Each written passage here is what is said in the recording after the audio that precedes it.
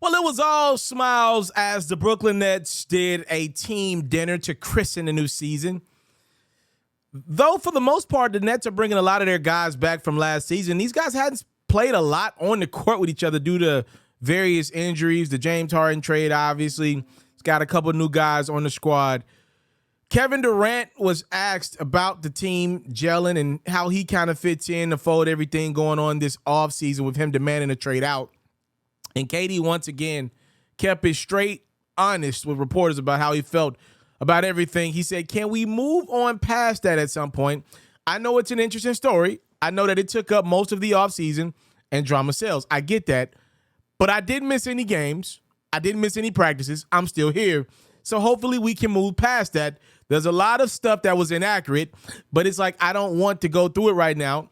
We don't got that much time right now. I was upset, and as a family, they understood that I was upset. Some of the stuff they agreed with, so we talked about it, and it was over a couple months, a couple weeks towards the end of that where we talked about it. We came out, and we voiced all of our concerns about how we can all be better, and it just worked out from there. I'm glad I am here now. I think it's a very important quote from KD.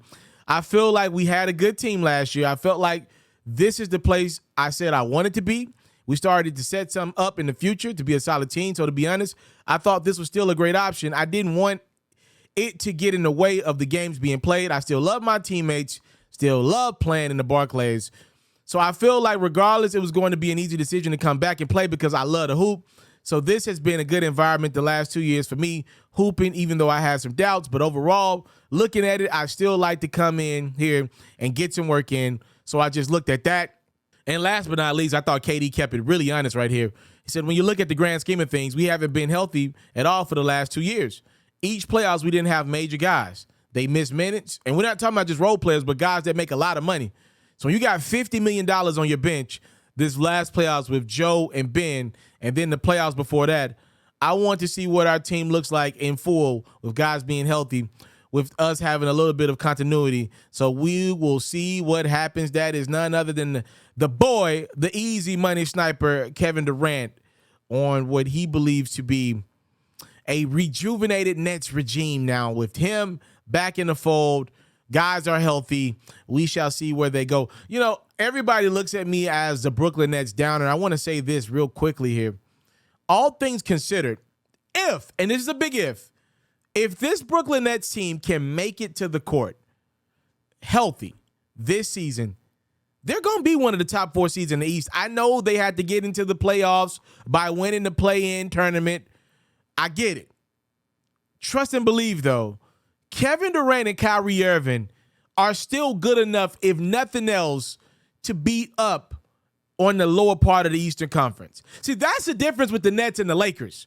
LeBron James and Anthony Davis can get out there on the court, and because Anthony Davis gets injured so often, and because LeBron's just older, he's entering his 20th year in the league, they can lose to the bottom feeders of the East and the West, the Houston Rockets of the world, the Orlando Magic of the world, on any given night.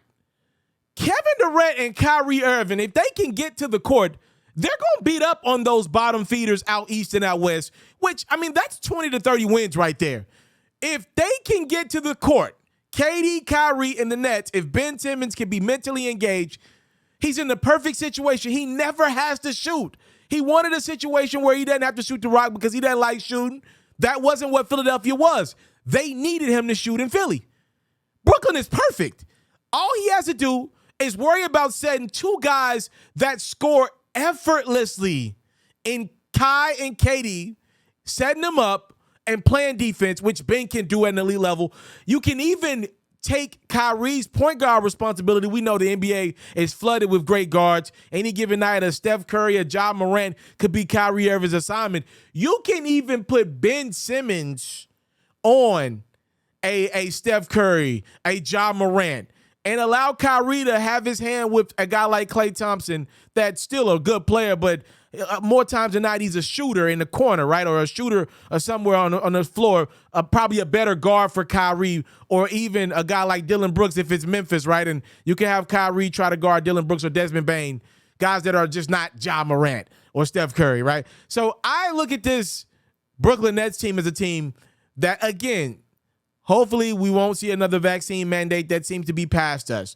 because Kyrie obviously still ain't vaccinated. And hopefully Kyrie can have good health. And hopefully KD can have good health, which has been problems the last couple years. If they just make it to the court, this is as healthy as they've been in quite some time. Keep in mind, James Harden had a couple of injuries. That hammy was bothering him the last couple seasons as well. In theory, Ben Simmons is a good to go physically. We will see where his mental is at.